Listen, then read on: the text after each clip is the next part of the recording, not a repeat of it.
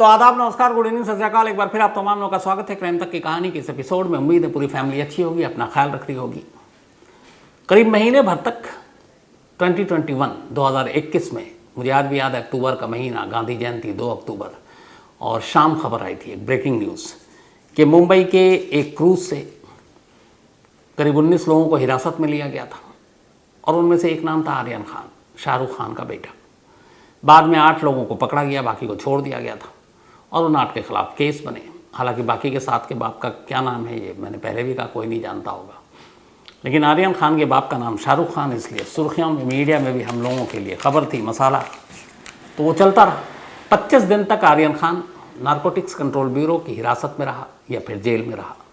25 दिन के बाद ज़मानत मिली। उस वक्त बहुत से लोग 2 राय रखते थे।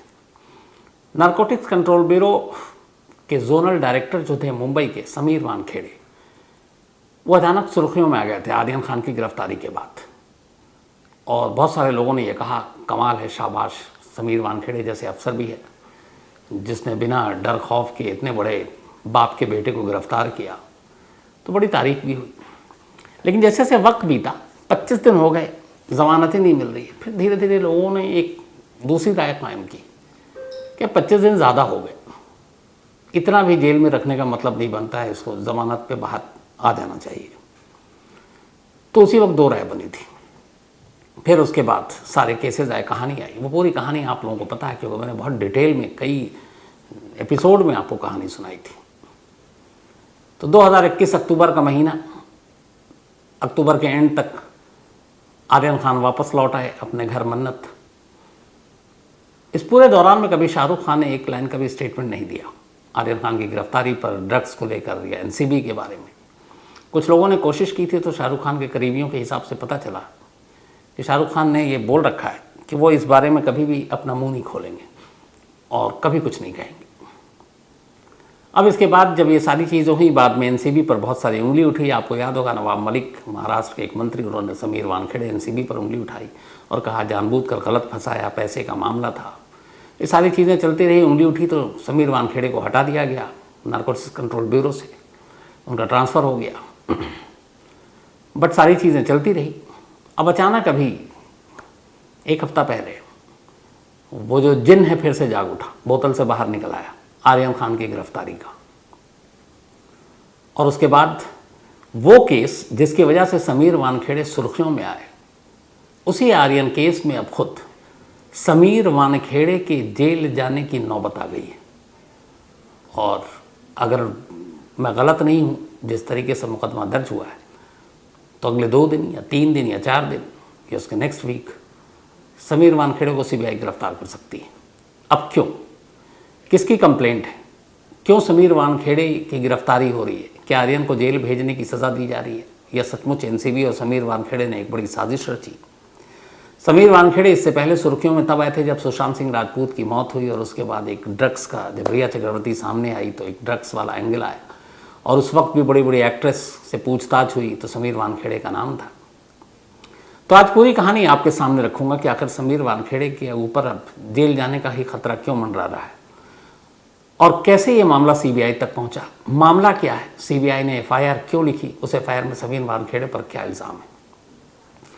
बट ये पूरी कहानी सुनाऊं उससे पहले एक वही आपको बता दूं कि कुकू एफएम ऐप पर ऑडियो बुक में ऐसी एक ड्रग्स से रिलेटेड कहानी है। ड्रग्स की दुनिया बड़ी अजीब दुनिया होती है। जो लोग लेते हैं उसको तो पकड़ लेती है एनसीबी, नारकोटिक कंट्रोल ब्यूरो भी, लेकिन जो ड्रग्स की खेप आती है, बड़ी बड़ी जो लोग, बड़ी मछलियाँ, वो क्यों नहीं पकड़ी जाती? अगर दुनिया में ड्रग्स की हम बात करें तो एक नाम अल चापो हमेशा दिमाग में आता है, जो दुनिया के छोटे से लेकर बड़े से बड़े देश तक ड्रग्स की पूरी खेप पहुंचाता था, मतलब लोगों को नशे के रास्ते पर ले गया। 1-2 साल नहीं, दशकों तक एल चापो का राज रहा और वो पूरी दुनिया को ड्रग्स सप्लाई करता था।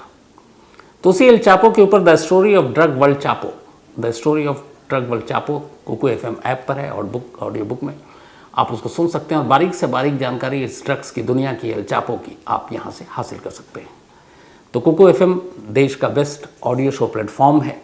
15 लाख से ज़्यादा इसके एक्टिव हिंदी पेड सब्सक्राइबर हैं और हर महीने यहाँ लगभग 42 आवर्स घंटे के कंटेंट्स के साथ ये और भी आगे बढ़ रहा है। 10,000 से ज़्यादा ऑडियो बुक है कुकू एफएम ऐप पर। जो आप कहीं भी कभी भी सुन सकते हैं, हिंदी में सुन सकते हैं। इनमें biography, business, crime, entertainment, politics, रहस्य, रोमांच, तमाम तरह की बुक हैं। और क्राइम तक फैमिली के लिए ख़ास ऑफ़र है कुकू FM ऐप की तरफ से, और वो ऑफ़र है इस बार 50% डिस्काउंट। तो यानी आप पहले महीने के लिए सिर्फ 49 रुपीज़ में सब्सक्रिप्शन हासिल कर सकते हैं और 10,000 से भी ज़्यादा जो ऑडियो बुक का ख़जाना जहाँ चाहें जब चाहें सुन सकते हैं। और डिस्क्रिप्शन में लिंक है, तो लिंक में जाएं और क्राइम तक फैमिली के लिए क्राइम 50 कूपन कोड है, उसका इस्तेमाल करें और 50% डिस्काउंट पाएँ। 99 रुपीज़ का सब्सक्रिप्शन पहले मंथ के लिए सिर्फ 49 रुपीज़ में। तो ये तो हो गया the story of drug world Chapo की कहानी। अब आते हैं अपनी कहानी के ऊपर। समीर वानखेड़े ने जब आर्यन खान को गिरफ्तार किया और जब मीडिया में सुर्खियों में छाए रहे 1 महीने तक, लगभग 25 दिन तक, और अब इस बात को लगभग 1.5 साल बीत गए। अब सवाल यह है कि अगर उस वक्त आर्यन खान की गिरफ्तारी गलत हुई थी और समीर वानखेड़े NCB ने कुछ सौदेबाजी की, तो 1.5 साल तक तमाम एजेंसियां सोई भी क्यों थी? अब यह मामला क्यों जागा है? तो कहानी शुरू हुई अभी लास्ट 11th मंथ से, इसी महीने से 1 हफ्ता पहले। CBI ने एक FIR दर्ज किया, और ये FIR दर्ज किया उसने 5 लोगों के खिलाफ। 5 लोगों के खिलाफ जो FIR दर्ज किया CBI ने, उसमें एक का नाम तो समीर वानखेड़े, जो कि नारकोटिक्स कंट्रोल ब्यूरो मुंबई के जोनल डायरेक्टर, IRS अफसर, या मतलब इंडियन रेवेन्यू अफसर। इसके अलावा 2021 में जब आर्यन खान गिरफ्तार हुए तब एक सुपरिंटेंडेंट हुआ करते थे, विश्व विजय सिंह, दूसरा नाम उनका था CBI की FIR में। तीसरा नाम था एक खुफिया अफसर, खुफिया विभाग के अफसर आशीष रंजन, उनका नाम था, क्योंकि उनके इनपुट पे ये सारा ऑपरेशन चलाने की बात की गई थी। इसके अलावा 2 और नाम थे, और ये 2 और कोई सरकारी या NCB से इनका कोई लेना देना नहीं, बल्कि NCB और समीर वानखेड़े ने एक तरह से इन दोनों को इस केस का गवाह बनाया था, और उन दोनों को भी आप लोग जानते हैं, बहुत बार नाम आया। एक का नाम KP गोसावी, ये वही KP गोसावी है जिसका आर्यन के खान के साथ उस वक्त NCB के दफ्तर में एक सेल्फी जो है वायरल हुआ था, और दूसरे का नाम साम्बिल डिसूजा, ये भी एक विटनेस, और भी इसमें विटनेस थे। तो इन 5 लोगों के खिलाफ CBI ने 11 मई को एक FIR दर्ज की, और FIR जो दर्ज की वो अलग अलग सेक्शन में है। एक भ्रष्टाचार के मामले में है, एक आपराधिक मामले में है, और एक रंगदारी या वसूली का मामला है। कुल मिलाकर अगर आम लफ्ज़ों में इसको सुनाएं तो ये है कि CBI ने जो 11 मई को FIR दर्ज की है, उसकी कहानी ये है कि समीर वानखेड़े, उनके सुपरिंटेंडेंट जो खुफिया विभाग का अफसर है, और ये 2 विटनेस गवाह आर्यन खान के केस के, इन सभी ने मिलकर एक साजिश रची आर्यन खान को गिरफ्तार करने के बाद उसका इस केस से नाम हटाने और उसको उसी दिन यानी 2 अक्टूबर की रात को रिहा करने के एवज में शाहरुख खान की फैमिली से 25 करोड़ रुपए की मांग की थी, और इसमें से करीब 50 लाख रुपए उन्होंने ले भी लिए, बाकी के पैसे लेने थे। और इसी केस में अब FIR दर्ज हुई है। अब इतना लेट क्यों? तो ये आपकी पूरी इनसाइड स्टोरी अब आपके सामने रखता हूँ।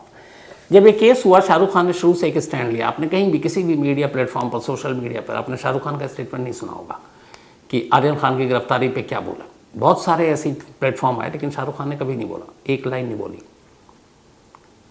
अब ये हुआ कि 25 करोड़ रुपए की रिश्वत की बात। तो पहले कहानी बताता हूँ आपको, ये 25 करोड़ की रिश्वत, उसमें से सबूत कहाँ से मिले, और फिर ये अब 11 मई को ये केस क्यों दर्ज हुआ। ये सारे आपस में मिली जुली कहानी है। इस कहानी की एक वजह यह है कि इसमें एक गवाह है, उसका नाम है प्रभाकर। NCB का गवाह था आर्यन केस में। प्रभाकर वही था जो हर जगह मौजूद था 2 अक्टूबर को, और प्रभाकर ने ही अपने एक इंटरव्यू में, जो आज तक कोई दिया, जो हमने दिखाया भी, पहली बार इस बात का खुलासा किया था कि आर्यन की रिहाई के लिए समीर वानखेड़े के कहने पर उन लोगों ने सौदेबाजी की थी और 25 करोड़ रुपये मांगे थे। अब वो कैसे? तो 2 लोगों के थे, एक प्रभाकर और एक वही KV गोसावी, जिसके साथ फोटो वायरल हुआ था। तो उसने जो सिलसिलेवार चीज़ बताई वो ये था कि जब आर्यन खान को शाम को अरेस्ट किया गया, उसके बाद उसको NCB के दफ्तर लाया गया। तब तक ये खबर अभी तक मीडिया में नहीं है कहीं। दफ्तर लाने के बाद खेल शुरू हुआ। NCB का जिस जगह पे दफ्तर है वहाँ से कुछ ही दूरी के ऊपर करीब 12 बजे ये लोग उस टर्मिनल पे पहुंचे थे जहाँ क्रूज वहाँ से मतलब लेकर आए। रात 1 बजे प्रभाकर ने ये बताया, जो गवाह है, कि समीर वानखेड़े ने और एनसीबी के एक और अफसर जिनका नाम सालेकर था 9-10 सादे पेपर पर पहले इससे साइन कराया। इसके बाद उसे पंचनामा बताया कि ये हमने तुम्हारे सामने आर्यन और उसके साथियों को गिरफ्तार किया, ये किया। फिर उसके बाद उसी रात जो केवी गोसावी है, उसने, प्रभाकर ने कहा कि उसने अब सैम नाम के एक शख्स से गोसावी को बात करते हुए सुना, और गोसावी जो कह रहा था फ़ोन पर वो ये था कि तुमने 25 करोड़ का एक बम फोड़ दिया है, 18 करोड़ में फाइनल कर दो, क्योंकि हमें 8 करोड़ रुपये समीर वानखेड़े को भी देना है।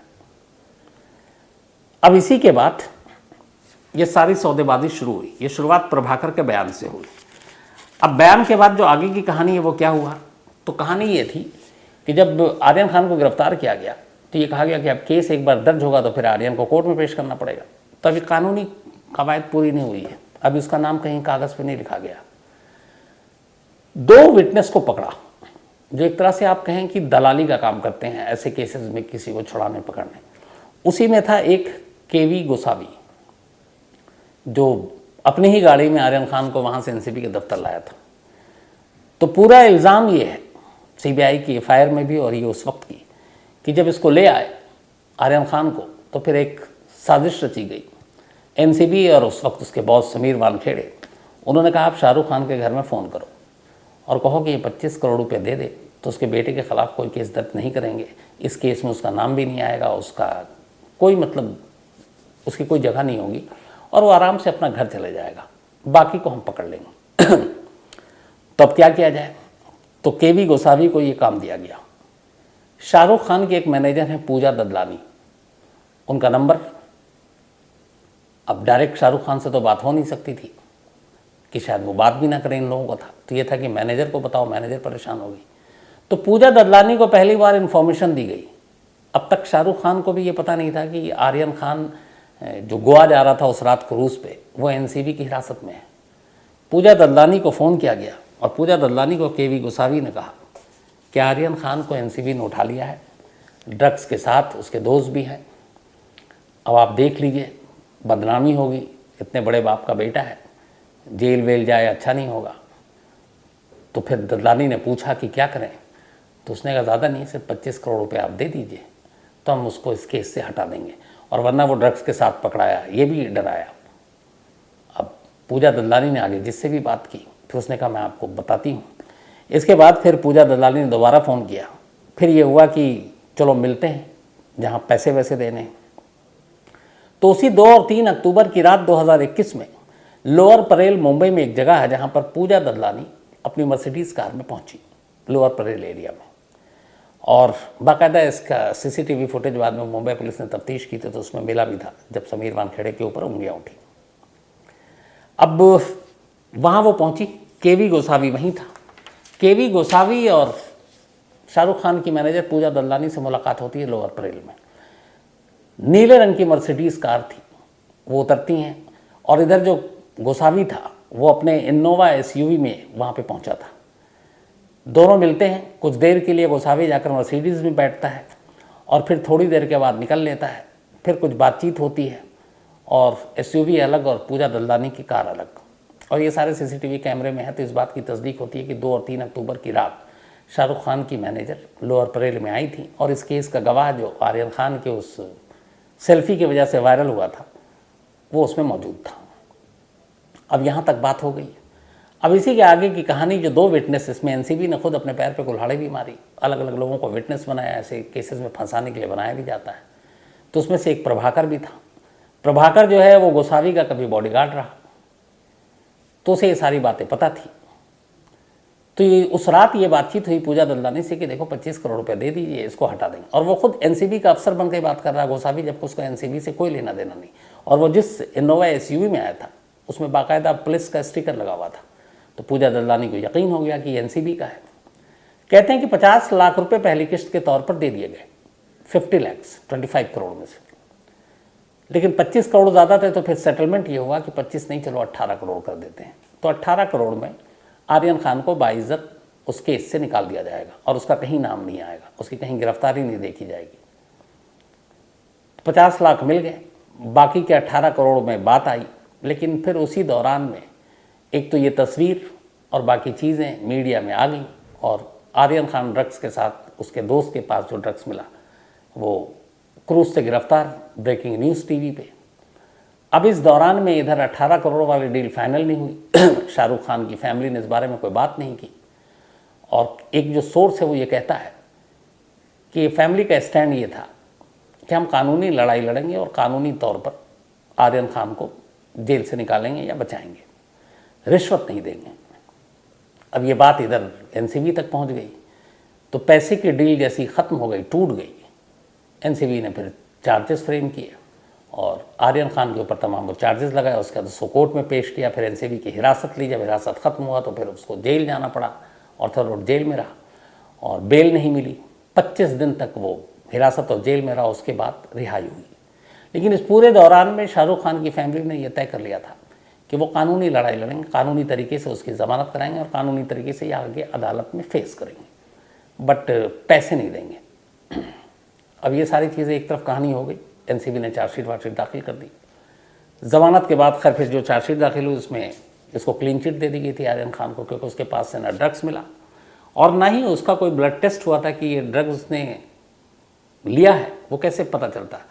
तो कोई मेडिकल टेस्ट तो कराया नहीं था ड्रग्स का, ड्रग्स उसके पोजीशन में नहीं निकला, उसके दोस्त के पास था। तो दोस्त के साथ मिलने से उसका जुर्म साबित नहीं कर सकते। दूसरा ये कि अज्यूम करना है कि अभी पार्टी होती क्रूज़ में तब ये ड्रग्स लेते, तो फिर एनसीबी ने जल्दबाजी क्यों की, रात होने का इंतज़ार करते। जब पार्टी लाइव होती तो इनके तो लोग थे, एनसीबी के लोग वहाँ पे एक कस्टमर बनकर उस जहाज़ पे पहुँचे थे, क्योंकि उनके हिसाब से एक टिप ऑफ मिला था कि आज यहाँ पार्टी होगी, कोई मुंबई के बड़े घरानों के लड़के होंगे, तो आपको पार्टी का इंतज़ार करना चाहिए था। और जब वो ड्रग्स लेते तो रंगे हाथ पकड़ते तो केस मजबूत होता, फिर आप ब्लड टेस्ट से भी साबित कर देते। लेकिन क्रूज़ रवाना होने से पहले ये छापा हो गया, गिरफ्तारी हो गई, ना ब्लड टेस्ट कराया। एनसीबी का फिर ये कहना था कि हम ब्लड टेस्ट क्यों कराते, क्योंकि हमें पता था अभी तो पार्टी हुई नहीं है, ड्रग्स बाद में लेते। तो वहाँ पे भी ये गलती थी कि बाद में लेते तो बाद में पकड़ते। तो ये सारी चीज़ों के बाद क्लीन चिट तो मिल गई। अब इधर जो 25 या 18 करोड़ की डील हो रही है वो 1.5 साल बाद क्यों जिंदा हुआ, तो यहीं से कहानी एक दूसरी शुरू होती है। शाहरुख खान ने हर जगह अपने जितने भी करीबी हैं, जितने सोर्सेज, उनका ही कहना है कि जब भी ये बात हुई, बहुत सारे लोग घर भी गए थे जब आर्यन जेल में हमदर्दी के लिए, तो एक ही स्टैंड था कि आर्यन की गिरफ्तारी, नारकोटिक्स कंट्रोल ब्यूरो या ड्रग्स के बारे में वो कभी अपने मुंह से कुछ नहीं कहेंगे।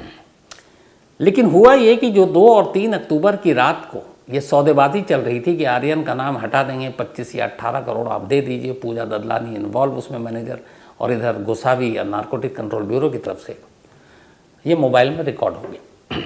अब किसी पार्टी ने रिकॉर्ड किया अपने सबूत के तौर पर रखने के लिए।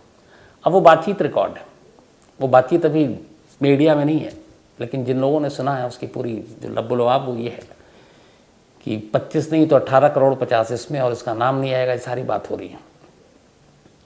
लेकिन जो बातचीत हो रही है उसमें ये भी हो रही है कि जो बात कर रहा है वो बता रहा है कि मतलब वो बातचीत समीर वानखेड़े खुद नहीं कर रहे, बल्कि बिहाफ पे यही विटनेस कर रहा है जो केस में है, गवाह नंबर 1 गोसावी। और वो कह रहा है कि नहीं इससे कम नहीं है, मैं तो पैसे ये बहुत सारे अपने पास थोड़ी रखूँगा, बहुत सारे अफसरों को देने होते हैं। तो उसने अफसरों के हिस्से बताते बताते ये बताया कि समीर वानखेड़े को अकेले मुझे 8 करोड़ रुपए देने होंगे। तो ये 8 करोड़ और समीर वानखेड़े का नाम इस बातचीत में आ गया। अब ये ऑडियो के तौर पर एक सबूत। अब इसके बाद धीरे धीरे वक्त बीता, शाहरुख खान का स्टैंड कि वो कुछ बोलना नहीं इस मामले में। तो जो सोर्सेज हमारे उसके हिसाब से हुआ ये कि कुछ वक्त के बाद मुंबई के एक और बड़े एक्टर हैं, बहुत ही बड़े एक्टर हैं, 4-5 ही एक्टर हैं जो बहुत बड़े, जिनको आप सुपरस्टार कह सकते हैं। तो उनमें एक एक्टर है। एक रोज़ मुलाकात हुई, शाहरुख खान से बातचीत हुई, तो पूछा वो भी, शाहरुख खान ने फिर वही स्टैंड कि हम इस बारे में कुछ नहीं कहेंगे। उन्होंने कहा कि नहीं, तुम्हें इस मामले में अगर कानूनी लड़ाई लड़े सब कुछ है, फिर भी तुम्हें कुछ कार्रवाई करनी चाहिए। तो जबरन मनाया फिर शाहरुख खान को, और सूत्रों के मुताबिक एक रोज़ वो एक सोर्स की मदद से दोनों स्टार दिल्ली पहुंचते हैं। चार्टर्ड प्लेन में।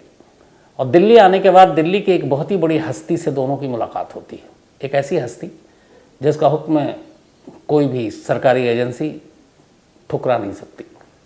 वहाँ जाने के बाद बताते हैं कि ये जो सबूत था ये सौदेबाजी का, ये उनके सामने रखा गया।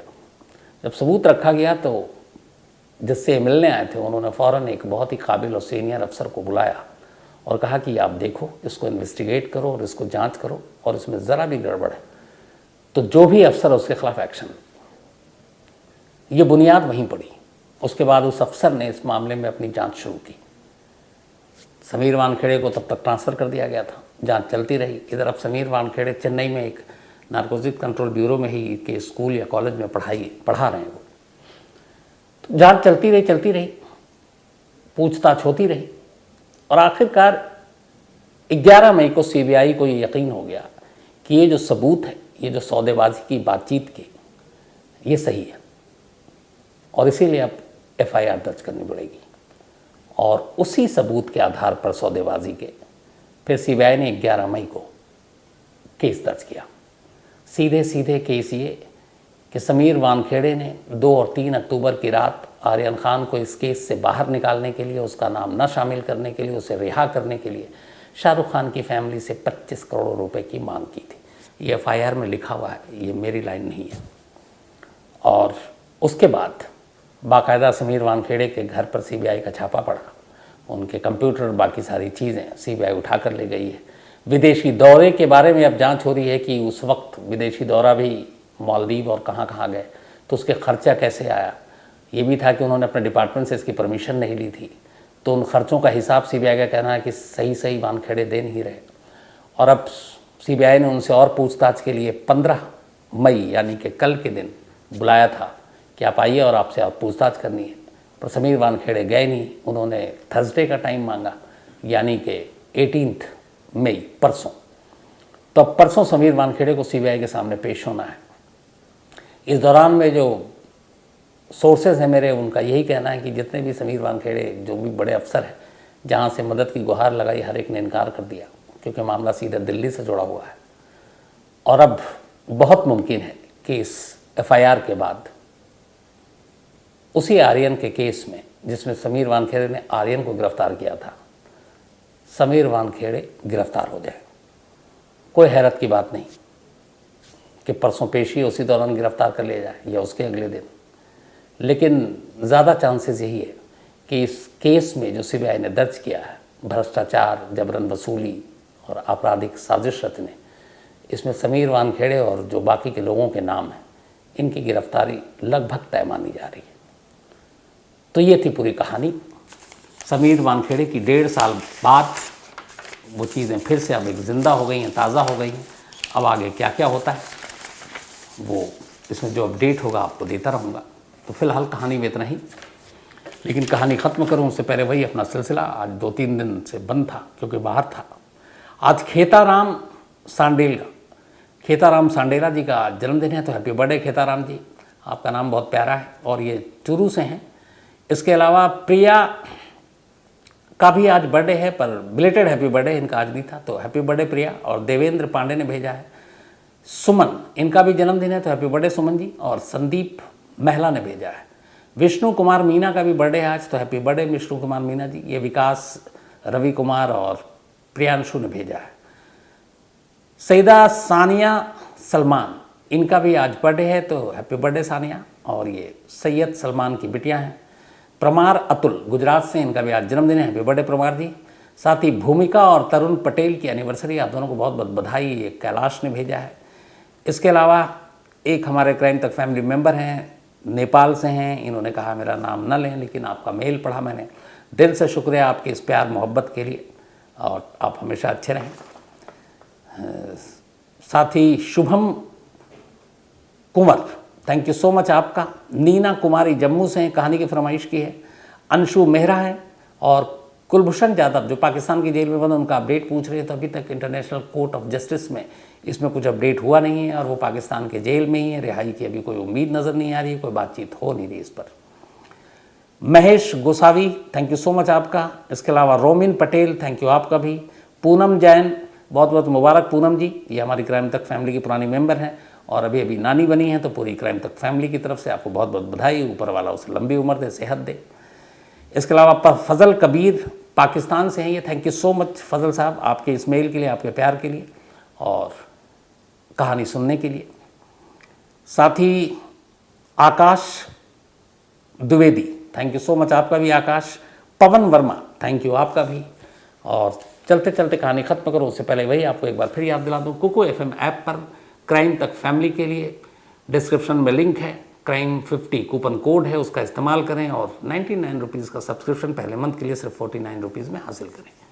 तो आज कहानी में इतना ही, अब आपसे मुलाकात होगी कल रात 9 बजे किसी नई कहानी के साथ, तब तक अपना ख्याल रखिएगा। Thank you very much.